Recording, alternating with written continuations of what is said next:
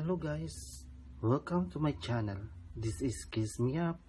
Kung hindi ka pa connected sa aking channel, please subscribe and click the bell button para updated ka sa aking mga videos. Ayan guys, sino kaya ang pinagtutukoy ni Angel na nang-iwan sa kanya sa ere? Kayo, sino kaya sa palagay nyo guys? Bakit ganun na lang ang galit ni Angel para magbasag ng mga baso? Tingnan natin ang mga litratong ito.